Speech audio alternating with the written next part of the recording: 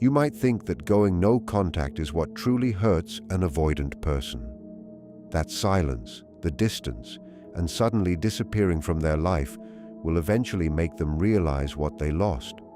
But the reality is very different from what most people assume.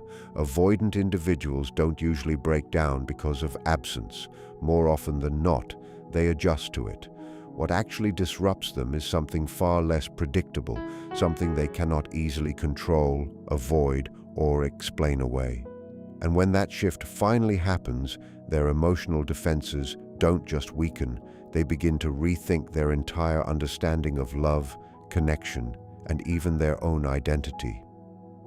Avoidant behavior doesn't respond to emotional distance the same way as more anxious or emotionally dependent attachment styles. One of the biggest misunderstandings is thinking that distance automatically feels like loss to them. At first, it often feels like relief.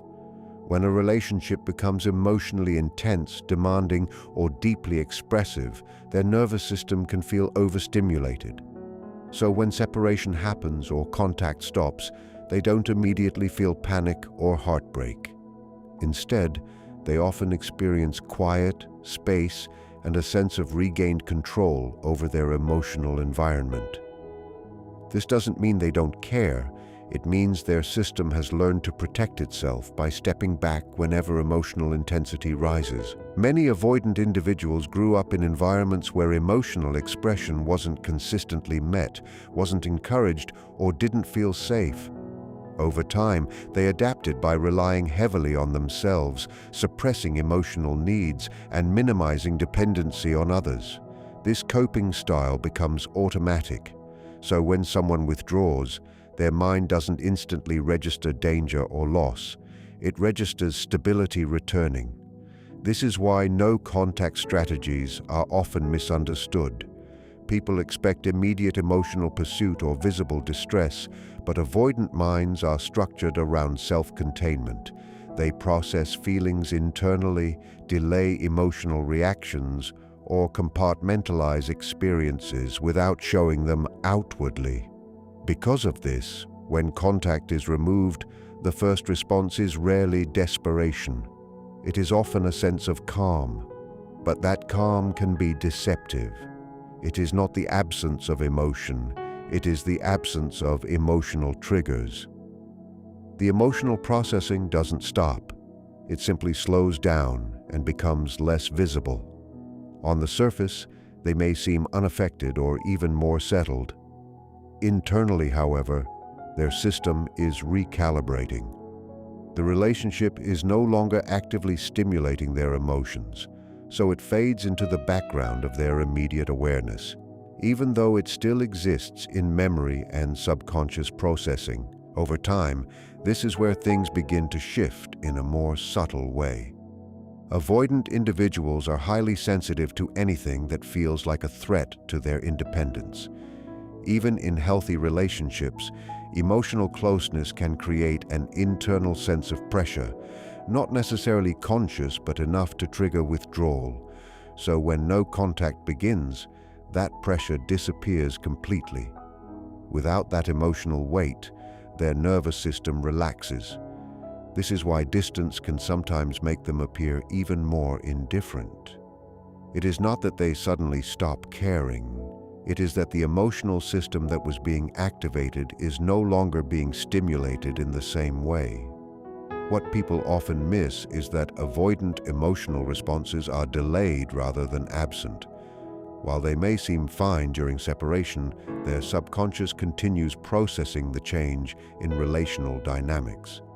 Without immediate emotional pressure, they return to a baseline of self-reliance and independence.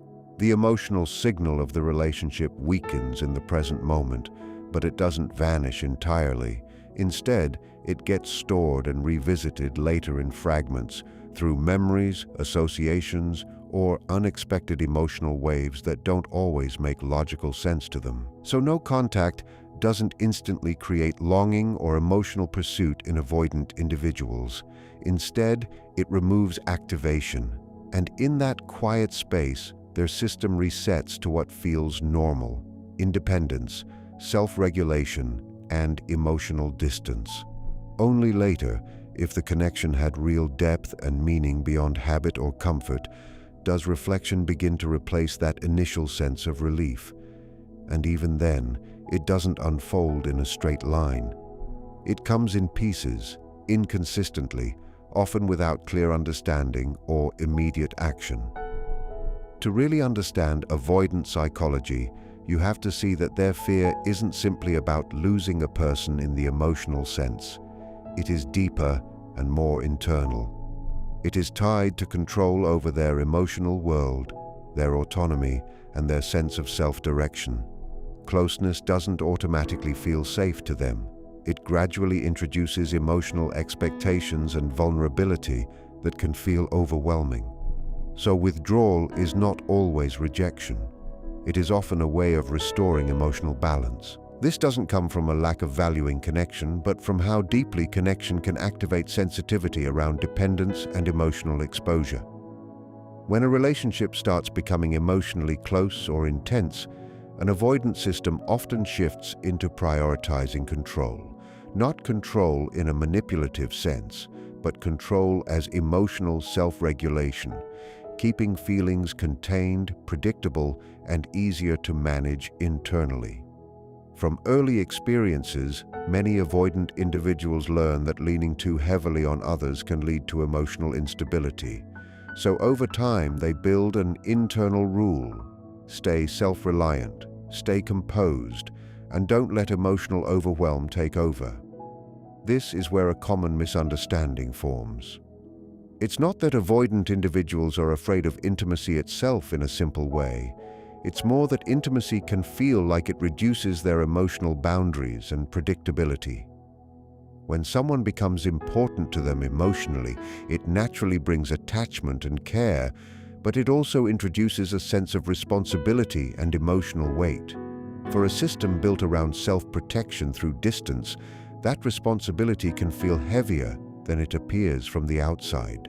So when no contact or withdrawal happens, it's often interpreted by others as punishment or emotional consequence. But internally, it is usually experienced as restoration of control. In that space of distance, the immediate experience is not emotional collapse, it is a return to balance. There are fewer expectations to manage, fewer emotional signals to process, and less internal pressure from closeness. The nervous system settles into what feels familiar again. But this calm state doesn't mean emotional meaning has disappeared. It simply means the system is no longer being activated in the same way. Control, in this sense, is not equal to indifference. It is regulation. The avoidant person may feel more settled, but that settlement is about stabilizing their internal world, not erasing emotional significance. The confusion happens because relief is often misread as closure. When things feel calmer, the mind assumes there is nothing unresolved. So instead of thinking, "I lost someone important," the immediate internal response is closer to, "I have my space again." That difference shapes almost everything in how they process separation.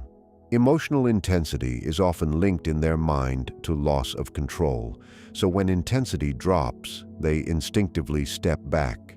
But while the surface becomes quiet, emotional meaning doesn't vanish. It gets stored rather than actively processed. Over time, those stored emotional impressions can resurface, not as sudden panic or immediate pursuit, but in quieter forms like reflection, memory, or comparison. However, this is not guaranteed or linear. It depends heavily on how deep the attachment was and how significant the emotional bond became in their internal world. Avoidant processing is not loss-based in the moment, it is regulation-based. So the first response to distance is usually relief, not grief, because what is being measured internally is emotional pressure, not emotional absence. This is also why chasing or heightened emotional pressure tends to backfire. It doesn't create clarity for them. It increases the very emotional load they are trying to regulate. And when that load increases, Withdrawal becomes the natural response again. It becomes a loop. Closeness creates pressure, pressure creates distance, and distance creates temporary stability. But stability in the short term is not the same as emotional resolution in the long term. The emotional imprint of the relationship remains, even if it is not actively engaged with. The deeper shift in avoidant dynamics doesn't come from emotional escalation or pursuit. It comes from breaking the predictable emotional cycle they are used to. When someone no longer reacts with urgency, over-explanation, or emotional chasing, and instead responds with grounded emotional detachment and self-respect, the usual system they rely on stops functioning in the expected way. Not because it creates immediate longing, but because it removes the familiar emotional cues they are used to regulating against. Emotional detachment here doesn't mean coldness or punishment. It means stepping out of emotional reactivity and no longer feeding confusion or instability into the interaction. Self-respect ensures that this distance is not performed as a reaction, but held as a steady internal position. That combination changes the dynamic because it no longer offers the usual emotional triggers, no pressure to push against, no chase to regulate, and no dramatic emotional response to interpret. What replaces that is something unfamiliar to the avoidant system: emotional neutrality. And neutrality is often harder to process than intensity. Intensity, even when uncomfortable, is predictable. It fits into known patterns of pursuit and withdrawal. Neutrality does not. It doesn't confirm whether someone is angry, chasing, or waiting. It simply exists without emotional escalation. And when familiar patterns stop appearing, the mind is forced into uncertainty. That uncertainty is where deeper internal processing can begin, because the system can no longer rely on its usual shortcuts for interpreting connection. What makes this shift feel so powerful is that emotional detachment combined with self-respect quietly changes the entire structure of the dynamic. It sends a clear, non-verbal signal that access to you is no longer something automatic or assumed. In many avoidant patterns, emotional connection becomes something they can move in and out of without facing real consequences, especially when the other person continues to remain emotionally available despite withdrawal. But when that constant availability disappears in a calm, stable, and grounded way, the dynamic stops being one-sided. Emotional investment is no longer silently carried by just one person. At that point, something important begins to shift internally. The avoidance system starts recognizing that the emotional environment has changed, not because they are being punished or manipulated, but because the familiar emotional structure they relied on is no longer there. The usual rhythm they were used to is disrupted. They can no longer assume that distance will automatically be met with pursuit, or that emotional access will remain unchanged regardless of their behavior. This creates a subtle internal adjustment where the relationship is no longer operating on autopilot. It is important to be clear about what this does not mean. Emotional detachment does not instantly trigger emotional collapse, panic, or sudden longing in an avoidant person. That idea is often misunderstood. What it actually creates first is cognitive dissonance. Their mind begins to notice a mismatch between what it expected and what is actually happening. They expected emotional reactions, but instead they are met with consistency. They expected pursuit, but they are met with calm self-containment. That difference forces them into observation mode. Over time, observation replaces assumption. Avoidant individuals tend to rely more on behavioral cues than emotional expression when interpreting relationships. So, when those cues suddenly change, their internal system begins to reassess what kind of dynamic they are actually dealing with. Even if they don't show it outwardly, and even if they appear more distant at first, something is shifting internally as they adjust to a new relational pattern that no longer fits their expectations. Self-respect is what stabilizes this entire shift. Without it, emotional detachment can easily turn into reactive behavior, silent resentment, or emotional games. And avoidant individuals are often very sensitive to inconsistency because it reinforces their belief that closeness is unstable or unpredictable. But when detachment is grounded in self-respect, the energy feels different. It is not reactive or emotionally charged. It is steady. It communicates that emotional access is not guaranteed, but also not being used as punishment or leverage. This is where the deeper psychological impact begins. Avoidant individuals are not just reacting to absence, they are reacting to a change in how predictable and emotionally organized the relationship feels. When someone no longer responds in familiar emotional patterns, the avoidant mind starts reassessing what the connection actually means and how secure it is. This does not happen as an emotional flood. It happens gradually through reflection and internal comparison over time. The key shift is not emotional pain or ego injury, but disruption of predictability. Predictability is what allows avoidants to feel comfortable with distance. When they can anticipate reactions, they feel more in control of their emotional world.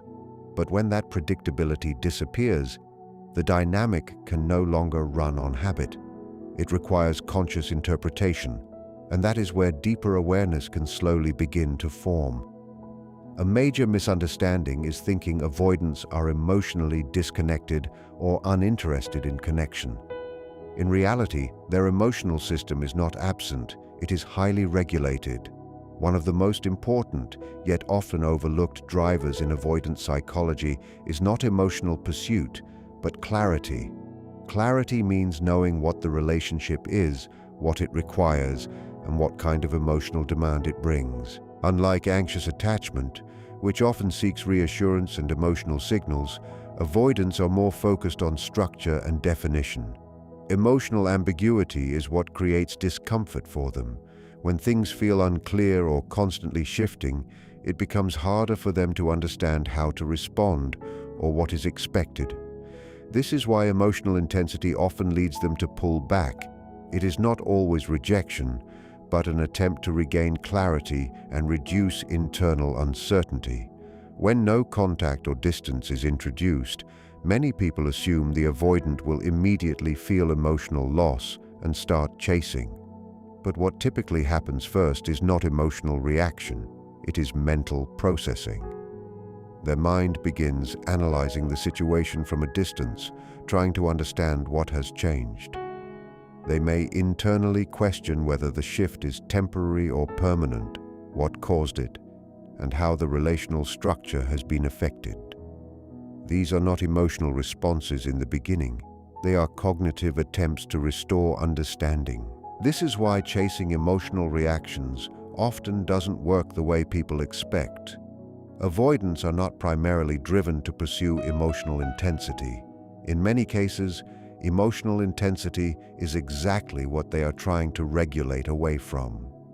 What they may seek instead is clarity about the relationship, whether it still exists in a stable form, what the expectations are now, and whether the connection has changed in structure. When emotional pressure, inconsistency, or reactive behavior is introduced, it doesn't create clarity, it creates confusion. And when confusion increases, avoidant systems typically respond by withdrawing further, not engaging more deeply. On the other hand, when emotional dynamics are calm, consistent, and steady, even in absence, something different happens. The system is no longer overwhelmed, so it can begin to process the situation more clearly instead of escaping it. This is why grounded emotional detachment can have a stronger long-term psychological effect than emotional pursuit. It removes chaos from the interaction and allows the avoidant mind to actually interpret what is happening without emotional overload. Even then, the process is not driven by immediate longing. It is driven by understanding and internal reassessment. Another key point is that avoidant individuals often associate emotional clarity with emotional safety. When they understand what is expected of them and where they stand, they feel more in control of their responses. But when clarity disappears, through unpredictability, emotional volatility, or inconsistency, their system tends to respond with distance as a protective mechanism. In a paradoxical way, this also means avoidant individuals can sometimes appear more emotionally present when the environment feels stable and clearly defined, even if emotional intensity is lower. Importantly, this does not mean becoming emotionally erratic or unpredictable in a chaotic way. Emotional instability often reinforces their belief that closeness is unsafe. The real shift comes from steady emotional consistency without overreaction. When your emotional state is no longer shaped by their distance or silence, and you are not pulled into chasing or emotional escalation, the familiar dynamic loses its structure. Over time, this creates psychological separation from the old pattern. You are no longer functioning as an emotional extension of their behavior. Instead, you become emotionally self-contained and less reactive to their shifts. This changes how they perceive the relationship, not through emotional intensity, but through the absence of expected feedback loops. That absence forces the mind to reevaluate how the connection actually functions, especially when it no longer behaves in the way it used to. Ultimately, avoidant dynamics don't shift through emotional intensity, pressure, or pursuit, but through the gradual replacement of emotional chaos with calm clarity. When reactions stop feeding old cycles and responses remain steady, respectful, and self-contained, the relationship is no longer driven by automatic patterns. Instead, it becomes something that must be observed and mentally processed. In that shift, the avoidant individual is no longer reacting to emotional noise, but facing the actual structure of the connection and the consistent outcomes of their own behavior. Over time, this creates space for internal awareness to develop, but only if there is enough emotional significance beneath the surface to make reflection meaningful. Even then, it is not a sudden emotional transformation, but a slow cognitive unfolding shaped by clarity, consistency, and consequence. Whether that leads to reconnection or distance depends entirely on the individual, but what remains universal is this: real understanding in avoidant psychology emerges not from emotional force, but from quiet stability that makes patterns impossible to ignore.